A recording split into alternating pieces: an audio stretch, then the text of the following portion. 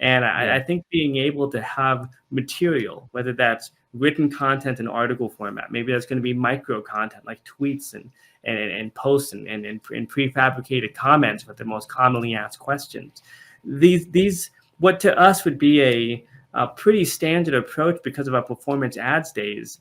We know we got to have a real strong arsenal of conversion material to split test rapidly, so that way we can optimize as quickly as possible. At the same time, in this space, I think that's not the normal way of looking at things. And it's part of how we can bridge that gap of how to not just help onboard more folks that are newer into crypto. I know Gene doesn't answer the question directly, but more so a continuation of how do we not just help onboard more people into crypto, but how do we help crypto projects onboard more people into their communities?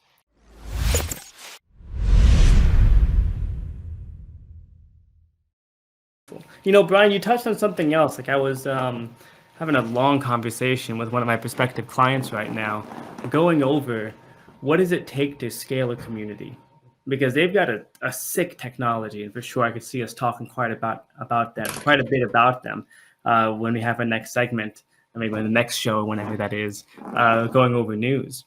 But it's something where making it easy and fun, making it like there's an incentive to be able to engage with the community. It's really the missing piece, and that usually comes down to content. And I found myself explaining concepts that I realized, it really does. There is a gap between building something and being on that technical side versus being brand new in the space. Because I remember feeling so overwhelmed trying to figure out the difference between Bitcoin and Ethereum. But they're both crypto. What's like that hurt my head for a while. I'm like, well, what is actually the difference? It's okay, there's different code, and one of them has programs and the other one doesn't. But why? Like those, well, what now are almost obvious, silly, ridiculous questions. It wasn't the case then. And when it comes down to community expansion, I think it's why there's such an importance on the influencer in modern marketing. Because there's these, now that we have direct access, I mean, think about it. We all follow Elon Musk, one of the wealthiest man on the planet, if not the wealthiest man. And we have a constant feed of what homie is up to every single day. That's not normal, historically speaking. The distance between the different aspects of society are changing. And so now to have the engineer being able to talk directly to the community, the investors who are the ones funding the project that the engineer is building, in a lot of ways, that's made things more transparent. It's made them, and certain efficiencies have been made, but it's also created new challenges where we need translators. And I think that what's happening now, and one of those biggest benefits of marketing that is intangible, it's tough to see at first, is that there needs to be not just a translator typically to bridge that gap. You've got to have a beautiful user experience and something that is actually enjoyable for people to use. But people also have to know, why are they doing what they're doing? What's the point?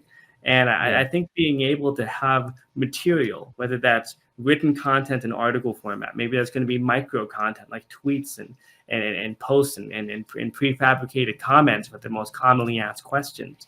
These what to us would be a pretty standard approach because of our performance ads days.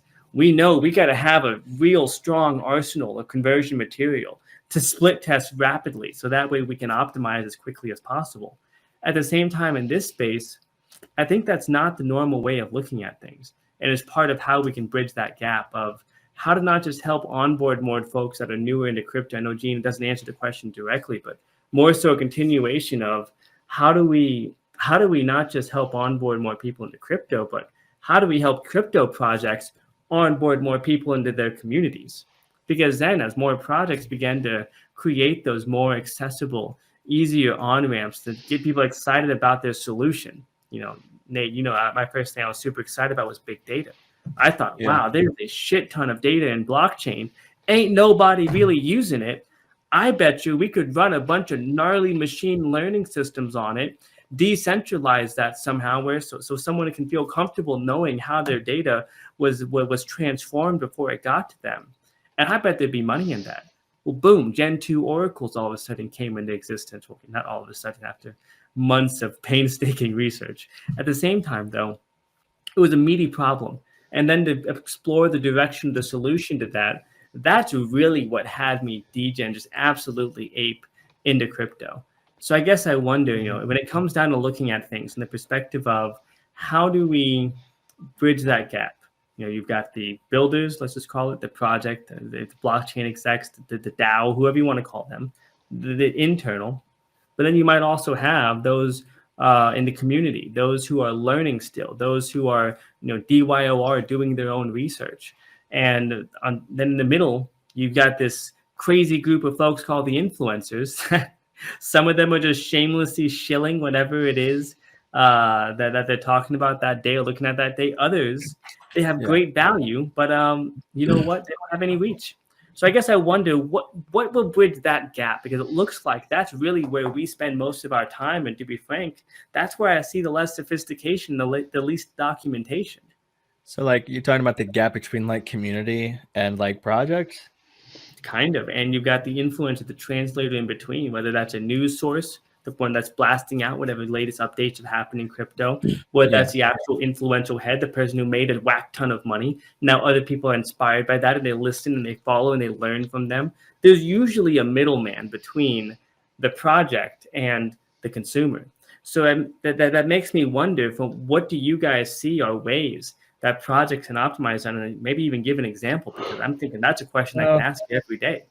I don't think there 100% needs to be a middleman, but I think that that the leaders themselves need to like at least have an understanding of marketing, and because it's like every CEO should be able to sell, right? Every CEO or every like leader should know like at least the basics of like selling fundamentals, and a project is going to be able to sell itself if it's a good project, number one. So like let's use like Tesla as an example. Tesla doesn't do any marketing. I don't think they've ever spent money on an ad. Yeah. Right. But Elon Musk knows how to get out in front of people, and he knows how to sell a product. He knows how to do those keynote events, and he knows how to make people laugh, and he's very witty, and people trust him. Right. I think that's the whole point of a community is to build trust. And I think there's a lot of different ways to do that. I don't think it takes a full fundamental understanding of the internals of a product, but you need to be able to sell that product. It needs to have a market, and it needs to be able to be interesting enough. And it needs to be able to solve a problem, right? And like I think, like look at like dexes, right? Like look at Uniswap solved like the biggest problem that people were having on sexes, on centralized exchanges. I don't like that they're called. I think that's what people call them, right? It's so weird. But I don't. Awkward to speak for sure. Dexes, yeah, I don't like sexes, that. It's a bit uncomfortable. But fundamentally at the core, there needs to be a lot of trust building and transparency in a community, and promotion of the product. And I think like what you were saying, like more owners and project leaders and stuff like that, CEOs, if you want to call them, need to get out on camera more. People need to know who they are. There needs to be at least a fundamental, like, what are you trying to do with the product, and how are you making it safe and secure for everybody? Like, if you're not, like, I fundamentally believe that every project should audit, like should have an audit, like right off the bat. Like there should be a code audit before anything, just like that trust layer audit, so that because as you see projects getting scammed, right? Like Ronin, right, man, getting hacked. And so and they're a well-established project, and so there might be stuff you can't avoid all the times, but I would say that's one fundamental layer. The thing that stood out to me, man, is that I'm talking about influencers as that trust layer. You're talking about the CEO should be able to sell as that trust layer. Yeah, it sounds like what we're talking about are just different ways of a trust layer that's introducing a person to it. Because you know what, you were my trust layer in blockchain. Yeah, I had already looked into it. I had a small bag of Bitcoin and Ethereum floating around, and it was really yourself that was. I trusted you. I saw some results, and then that led me go a little bit deeper. And then as I saw trust for a project, or trust for a person. So if we're looking at it from a marketing and conversion standpoint, is to be able to look at things from the currency of trust and to find out how to accumulate as much of it as possible. Yeah, because I don't think influencer marketing can be dicey, because it's like you have to understand why you have to understand like why you're doing it and like what's the end goal metric here, right? Because it's like, okay, maybe if you want to do some sort of affiliate thing, like if if your end goal is to maybe get people on your system, right? Maybe there should be some sort of affiliate program to get people on that system, and you can use an influencer for that. But you also have to evaluate what type of people are following this influencer and what type of trust do they have. You can look historically at what kind of trust is there. But just because they trust an influencer doesn't mean they're necessarily going to trust you. And so whatever that thing is that influencer uses to get them in, whether that be like, buying your token, getting people to buy your token, which obviously is dicey territory. Like if you have an influencer trying to get people to encourage them to buy your token, that's dicey. But at the same time, yeah, understanding like what the actual goal of using the influencer are, making sure the influencer has the right type of people. Like if I don't know, like if a DeFi project wants to get more people on that platform, are they going to use Floyd Mayweather to do it? I don't think so, right? It doesn't make a whole lot of sense. But you might use somebody like Kevin O'Leary, So what's or you might interesting though, use man, is somebody you're like saying influencers are different than I think. And that's pretty cool.